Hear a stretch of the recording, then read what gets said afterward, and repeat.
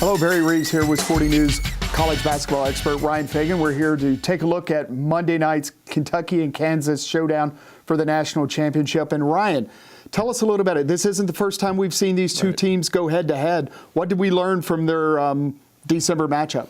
Well, we learned that they were young teams. They were teams that were trying to figure out what they were. You know, Kentucky with obviously so many of the young guys, Anthony Davis, Michael Kidd-Gilchrist, they'd still only played about a month and a half of actual college basketball, and they were really still finding their way. And Kansas, on the other hand, had, you know, Tyshawn Taylor and Thomas Robinson, two more established guys, although Robinson was still learning to be a star. And they were trying to figure out how to get the other guys involved and what their roles would be. So you can take some from that game, but I don't think you can look at that game and say, oh, well, Kentucky dominated the last couple of minutes. That's how it's going to happen.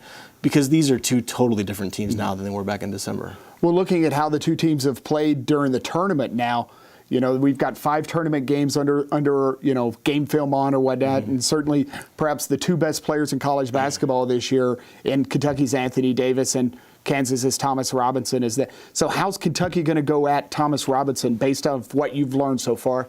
Well, I think you have to try to force Thomas Robinson to make mistakes. We've seen he can be aggressive. He can pick up offensive fouls. And if we've seen anything in the last couple of weeks, officials are not afraid to call it charges. So they have to, you know, he has to be careful about that. But I think that he hasn't run into a team that blocks the ball as well, that has as many shot blockers, I think, as Kentucky does. And I think Anthony Davis is going to be a pain down there for him. You know, Terrence Jones can come in and block some shots. And they have other guys, you know, who are athletic enough to do that. So I think you're aggressive with him defensively. You don't let him get settled and into a role. We've seen times when Thomas Robinson feels comfortable, he's dominating. We look at, you know, his games against Missouri, especially the second half of the first game. You know, he just dominated the game and he played so well. So you can't let him get any sort of comfort level, I think, in there in the paint. Does Kentucky's length push him farther away from the basket a little bit more than, you know, like some of the other games where he's faced smaller competition? Does he, you know, try to face up and go away from the basket a little more? Yeah, I think so. But that's not just a Thomas Robinson thing. That's a Kentucky thing. You know, we saw against Louisville, you know, Louisville took so many shots.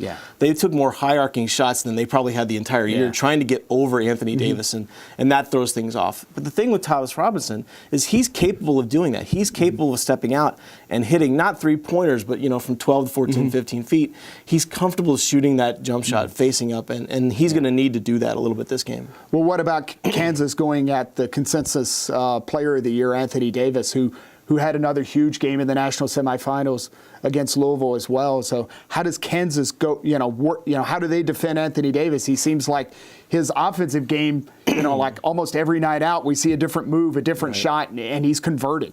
Yeah, I mean, good luck. You know, I mean, we've seen Anthony Davis over the last 2 months really mature, and that's probably the biggest difference between the first matchup and this matchup. Is Anthony Davis is an offensive player now. You know, John Calipari told Anthony Davis at the beginning of the year, just be a defensive guy, worry about that, and we'll worry about the offense as the year goes on.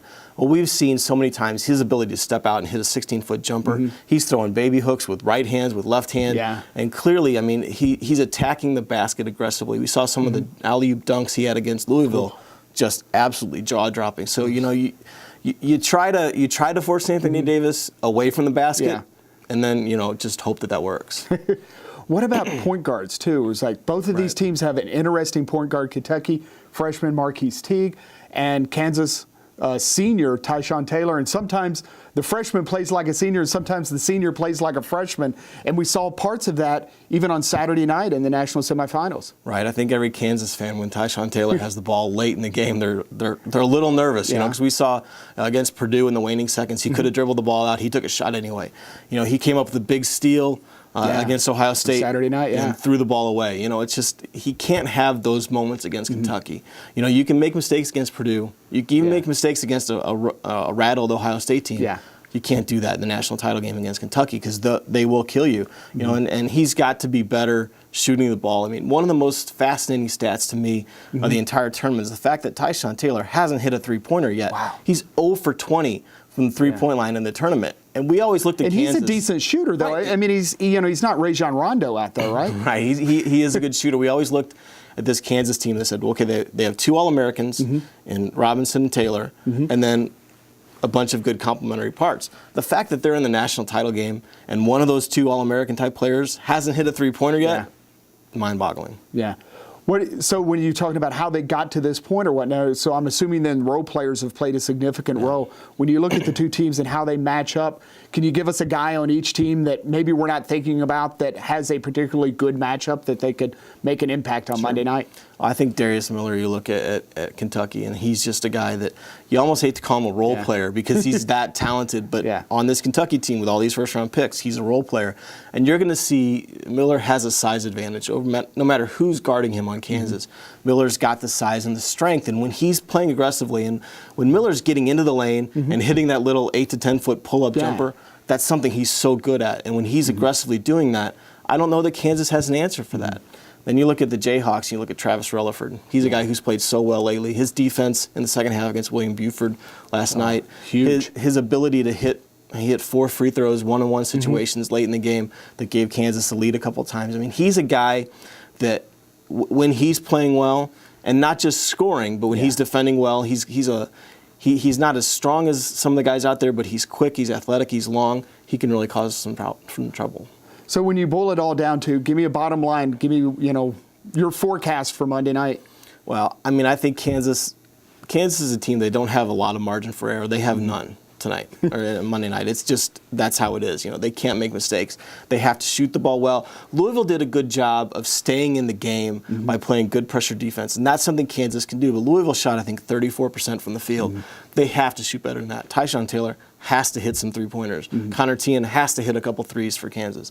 They have to play the type of game that they did in the second half of most tournament games. They can't get behind by double digits at halftime to Kentucky and expect to come back against a Wildcat team that's closed every bit as well as Kansas has in this tournament. So what you're saying is that more likely than not, they'll be burning couches and turning over cars in Lexington, not Lawrence. Yeah, don't do that, though.